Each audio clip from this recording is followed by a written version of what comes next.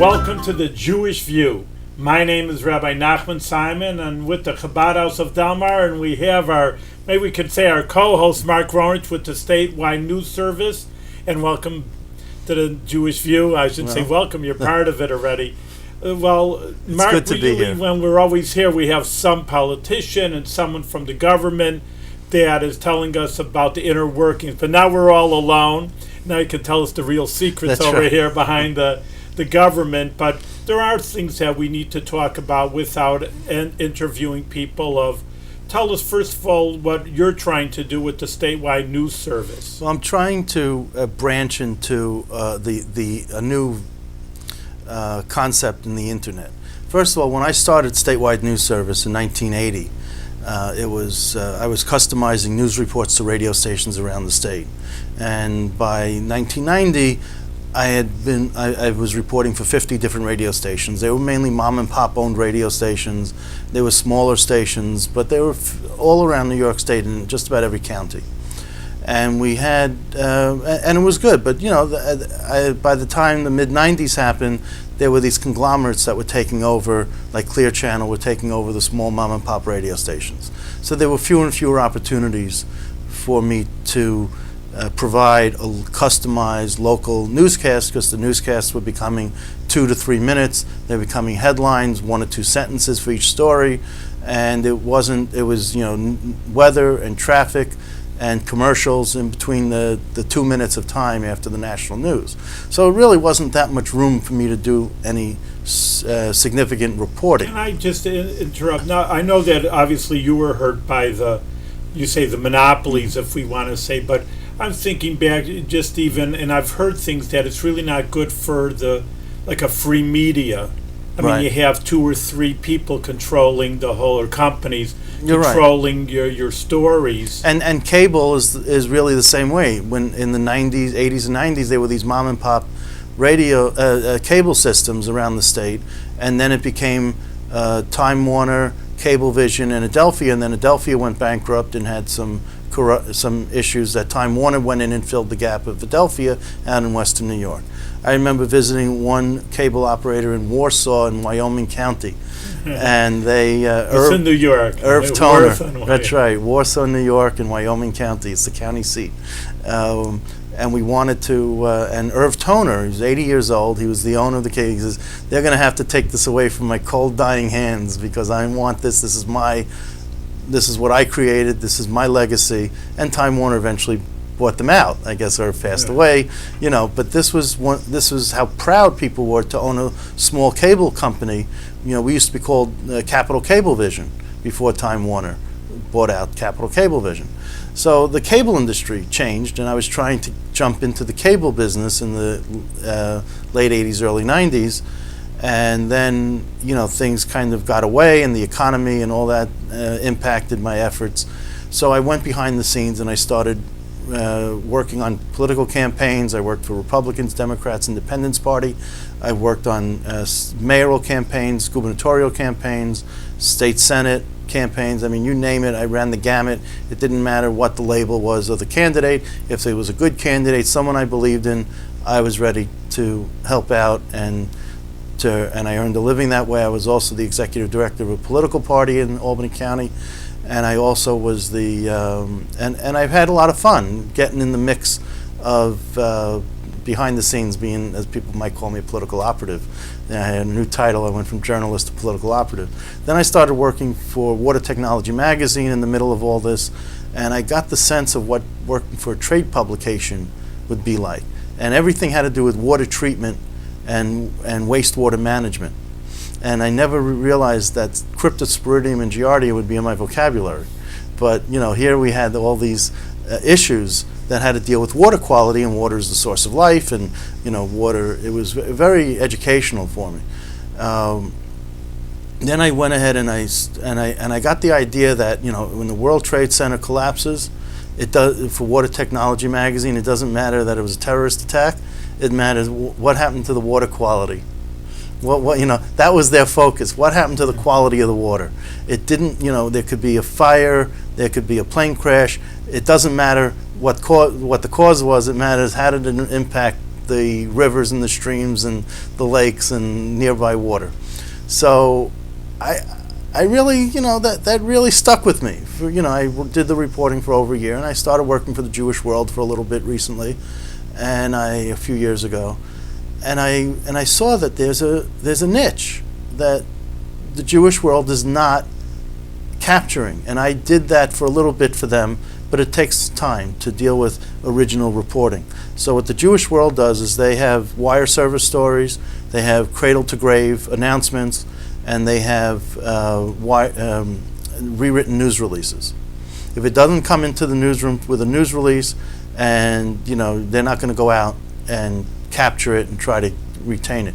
So I don't want to compete with the Jewish World, but I realize that between my experience at Water Technology Magazine and the Jewish community here, that there is something missing. And what's missing? Well, what's missing is that we don't have a real identity. I grew up in Brooklyn, and when I go back to visit my friends and family down in Brooklyn, they say to me, well, we know why you came to Albany, to go to school, to go to college. I went to University of Albany, but why'd you stay? What's up there? I mean, it really looks like there's a vast wasteland of Jewish life and culture to the folks who live outside this area. Even some people within this area, it looks like a vast wasteland of Jewish life and culture, because we don't have an identity. But we have a very rich and diverse and inspirational community here. We're the largest Jewish community between Muncie and Montreal. There's more than 20,000 Jews living in the Greater Capital District. And we have more than 50 congregations. 50 congregations in the Greater Capital District. What do I call the Greater Capital District? 16-county area, the same 16 counties that the TV stations use for their coverage.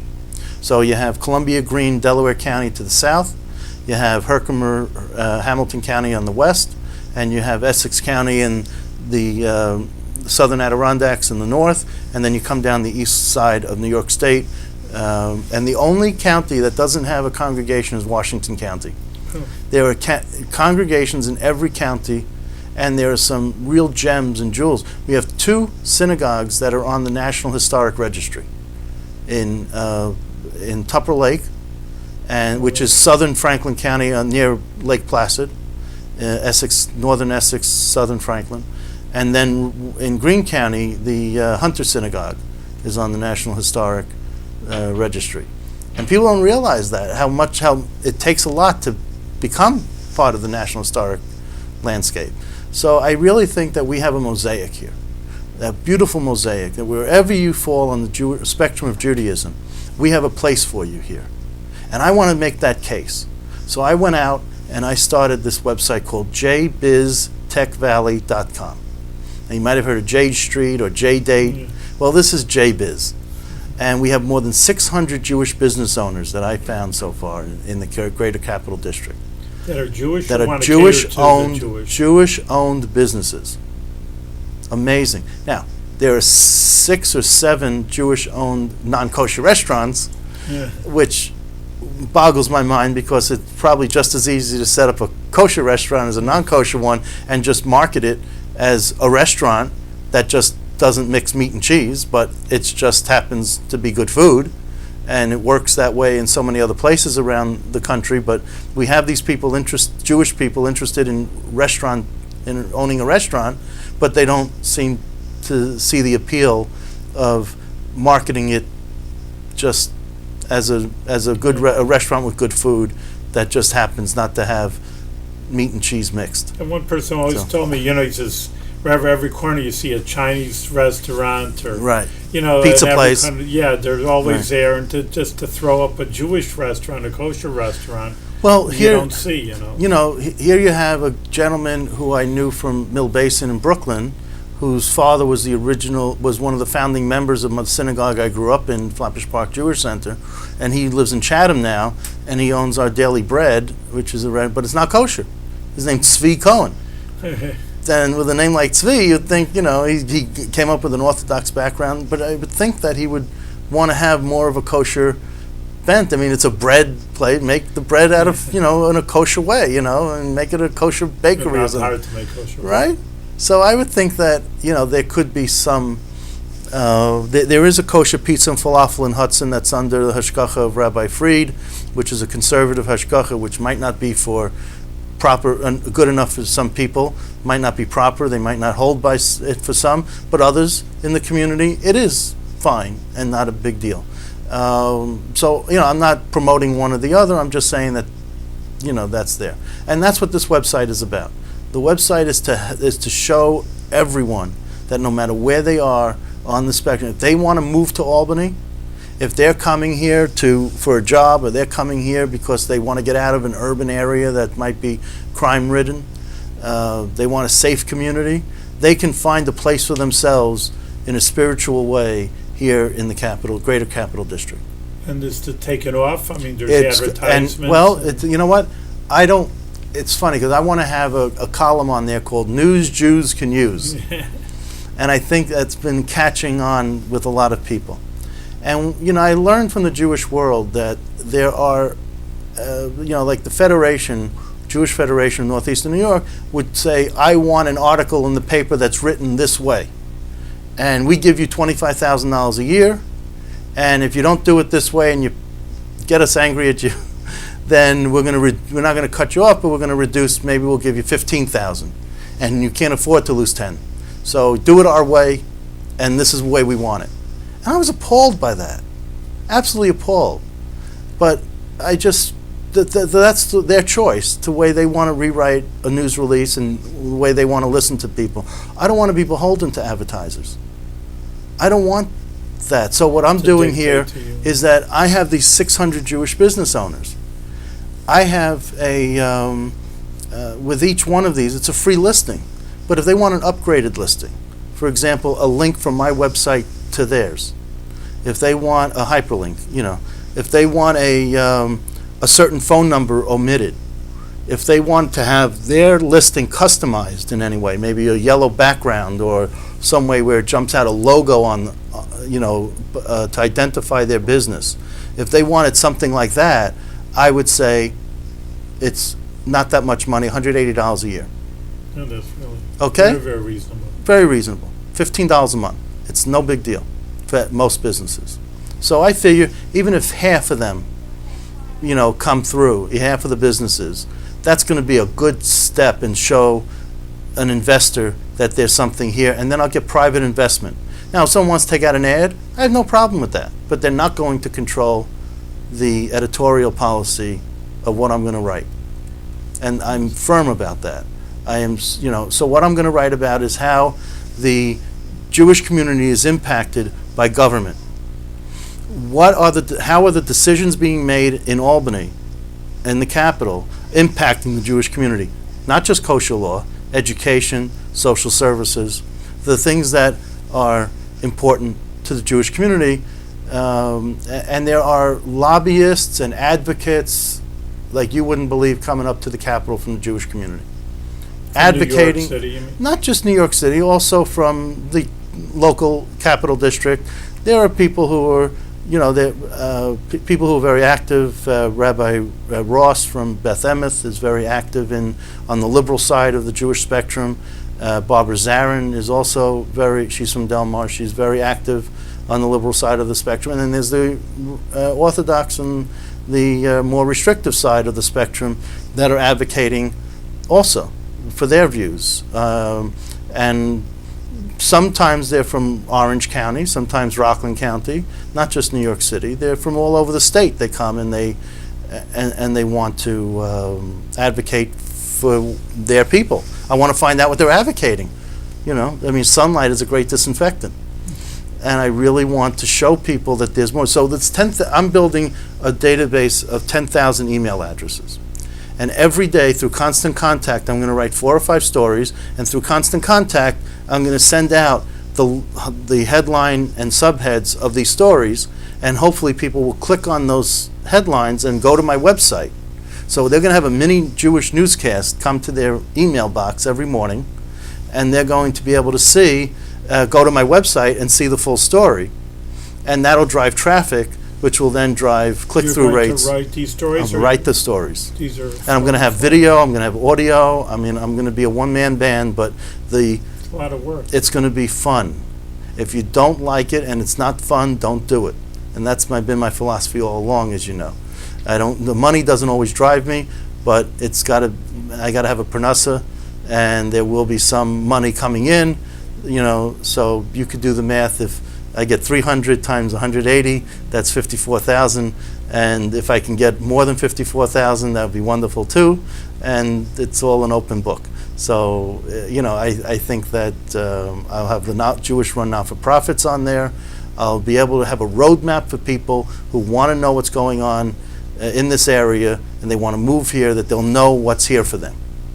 And that'll increase the Albany Nanotech. They just recently signed an agreement with Israel. There'll be a lot of Jews coming here from Israel. There's got to be some sort of roadmap. Where are the synagogues? Where are the places to eat? Where are the places to go? Where can I have fun? Where can I do? Where's the life? Well, now if they want to live up in Clifton Park, they want to live in Albany, they want to live in the suburbs, they want to live in the rural areas, they'll have a roadmap. They'll be able to see that there's a congregation for them no matter where they want to go in the greater capital district. I'm very excited about it. I'm very excited. Maybe you couldn't tell, but I'm very excited about it. I can tell that. No, I appreciate that you're getting into something that you want to get into. That's why I went to the rabbit myself. It's niche. It's a niche. It's like it doesn't, when something happens, like let's say, for argument's sake, the World Trade Center collapses and and I told you about the water quality example. Right. With me, it'll be how many Jews died. All right. Well, how did that impact the Jewish community? Who were the first responders who were Jewish? What are those stories from the Jewish community? It doesn't matter that it was terrorists. You know what I'm saying? So when something happens, a scandal at the Capitol, what's the Jewish angle on it? Carl Kruger gets sentenced to prison. Maybe I go have a prison interview with him. And I write about Carl Kruger being he's in Fort Dix, New Jersey's federal prison, so I write about that. There's all these other, former Senate Minority Leader Fred Orenstein was also indicted many years ago, 20 some odd years ago. Where is his life now? Saul Wachtler, the Chief Judge of the Court of Appeals, he was arrested. Where is he now? What is he doing? How is he running his life? You never have in the Capitol, unfortunately. You never have an end to the situation. No shortage of crime happening amongst the legislators at the Capitol, and they're just not from New York City. They're from all over the state. You want to find that Jewish niche, because I know you know everything about the state altogether. I mean, it could really be a general. It could be state. Could be, but 1/3 of the legislature is either Jewish or what they call Associate Jewish. Associate Jewish are non-Jews representing Jewish constituencies. So when you put both houses of the state legislature together, 213 members, more than 1/3 have a connection to Judaism, to Jews in the state. Plenty to write about, plenty to talk about. And then locally, I'll have local stories. When there's something going on here, a rabbi leaves, a rabbi comes, a cantor leaves, a cantor comes, whatever a executive director of the executive of the Jewish Federation is leaving, Rodney Margolis, thank goodness, and then maybe whoever comes in after him, Jewish Family Services, had a change in leadership. What are those folks like? Maybe do an interview with them, get into that. So, that's where I'm. That's very interesting. No, I think it's great, and it really probably, you say even people, you say moving in, but even maybe people would think to move in. They're in New York City, and maybe they have a state job or a computer job, and what's to Albany? So who are they going to ask? They don't know anybody. Go to jbiztechvalley.com. You're right. So this way, and maybe when they see, hey, something's happening here. That's right. That they could see, instead of being in the booth. There are so few communities that have the mosaic that we have here, that it's just tremendous. And I want to tell that story. That's my legacy that I would leave, because after I'm gone, there could always be someone else, right? Someone else could pick it up and do it. So that's very interesting. No, it's worthwhile. I thought you were more with the state. I didn't know you were. I'm branching out. You got to find the niche. Life changed. I mean, you go from customizing reports for radio stations, then you try the cable industry. You get these conglomerates, and I worked for the state. I worked for the Senate. I worked for the Assembly. I worked for Democrats, Republicans, Independents Party. I worked on gubernatorial campaigns. I did fundraising. I helped out in the Jewish community with fundraising. I did all that when I was, when I could in my 20s and 30s. Now I want to do something that will leave a legacy for this area. I think this is a beautiful area. That's why I stayed here. And I just think there's a lot to celebrate and a lot to talk about, good, bad, or indifferent. And I just think there are a lot of people who moved away from here who still might want to know what's going on That's here. also people moving in, or people maybe moved to Florida and they want to keep in touch. That's or not just Florida. I mean, Sharon, Massachusetts, Atlanta, Georgia, Virginia. There's all these. All the time, everybody used to go to Miami Beach. Now you're right. We have people who moved to California, moved to Washington State. I mean, I have a long list of people who moved away from here because we don't have a Hebrew high school, a yeshiva or a high school. And they wanted a better education for their children. Well, if that's one of the shortcomings and people see that we have some foundation and we have a basis, maybe some investor will want to come and have make a high school here. We once had an OU rabbi come to Congregation Beth Abraham Jacob, and his conclusion was that, look, no matter what high school you build here, you're always going to have a 5-year shakeout period where some people won't like the curriculum, it won't be for them, and other people will gravitate to here because they do like the curriculum, so they'll move here for that. But there'll be this shakeout period, so you're not going to please everyone, but you should start. And that was like over 20 years ago, and we didn't start, and we could have been a stronger community if we did. But you could start now, and then move on. I mean, how much time? How are we doing on time? A few more minutes to talk about. So that's good. So one of the other, I think that there's other projects I'm working on. I'm trying to get a kosher kiosk at the State Fair.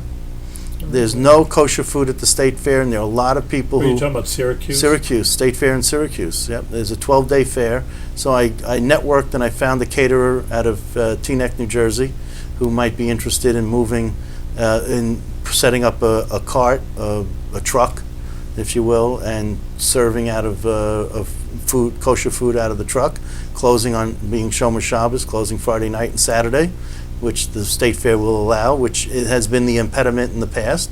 But I networked enough to make that happen with the folks at the fair, and I think that's going to be something new and different coming up this summer at the fair. So stay tuned, as they say. Stay tuned, and we'll have to visit it if that's. I would hope so. I would hope that we're going to get so much publicity in the Jewish papers that black hats will flock to to Syracuse.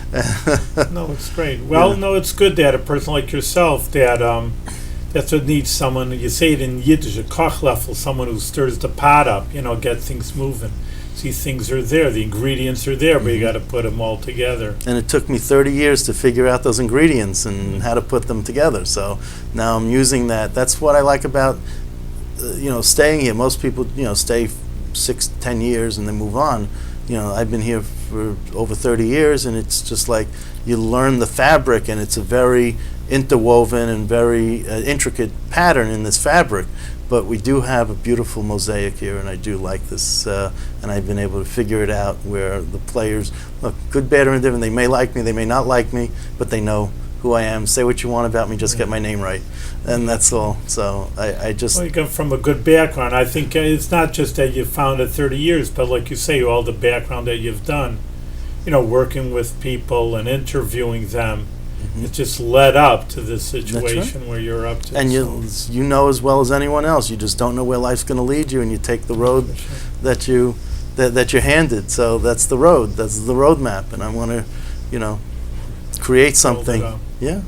No, that's important. No, it is the absolute truth. It's interesting when you think some people stay in the same thing so long, but I know that you have to be a little bit loose. Well, I had time to sit back and analyze and where things are and how things are going and where things didn't go, and what's the solution, what's the reality. And you put a committee together, and they never get the answer. They come up with you're trying to figure out the end result, and it results in a camel, which you never intended. So it's just one of those things that you just hope that it does. At the end, you're better off at the end than you were before this thing started. So we'll try it out. I don't want to compete with the Jewish world. I hope they survive and do wonderful things, but I tried. That was another way of how do I overcome that, because you don't, what's the what's the halacha that you got to live a certain amount of Well, apart if there's room before for you? both people, then it's not an issue. I mean, you have a big, like you say, 20,000 Jewish people, Yeah. plus even more that, like you say, looking into it from New York. Well, that already left, so how many more thousands Right. that are interested? And But isn't there some Certainly halacha not. that you're not supposed to set up a kosher bakery, let's say across the street from each other, because you don't want to put one Jewish owner out of business yeah, or something? you're right, but What's that called? Is it's it? Hasagas Gvul, it's called. But on the other hand, what if you're New York City? I mean, you know that, Right. and you're you know how there's 1,000 people are living in one complex across the street. Also, you Okay. can say, "Hey, I'm the kosher bakery in the 1 square mile," and no one can come in. But in this If you're situation, room it would for be enough sad people. that, here's a newspaper that's been around since 1965, and, I wouldn't want to come along and do anything to Hurt harm, them, yeah. to No, harm you're them. right. I and understand, but I I think if know. you do it right, there's room for everybody. But you know. if something was to go and, things didn't happen just right, I'm perfectly positioned to pick up where they might leave off. Yeah. And I say that publicly, I say that proudly, because I want this to continue, and I want us to have a media that's dedicated No, it's to Jewish. important because it Yeah. is. It's very, very important. I mean, it's important for media in the United States. Freedom of the press is one of our fundamental freedoms, and also people know that's the way people know things. Mhm. Even more so, like you're saying, through the internet. That's right. You know that even more. They're just clicking on with all their devices, and it's important for people to know what's there, and that's how they know things. They don't talk to each other. They look on their machines now. I mean, they used to be 100 years ago. Oh, they talk to their neighbor. What's happening? What's doing there? I just feel like there's one way to cut a key if you're a locksmith. And if you can use a Jewish-owned business who's a locksmith business, like Phillips Locksmith, instead of another locksmith that's not Jewish, why not go to support a Jewish No, locksmith? Mark, very big success. We Thank wish you. you giving our blessing for great success, Thank and you. we'll continue talking on and see how things are growing. Thank you Okay. very much. It's a pleasure to be here.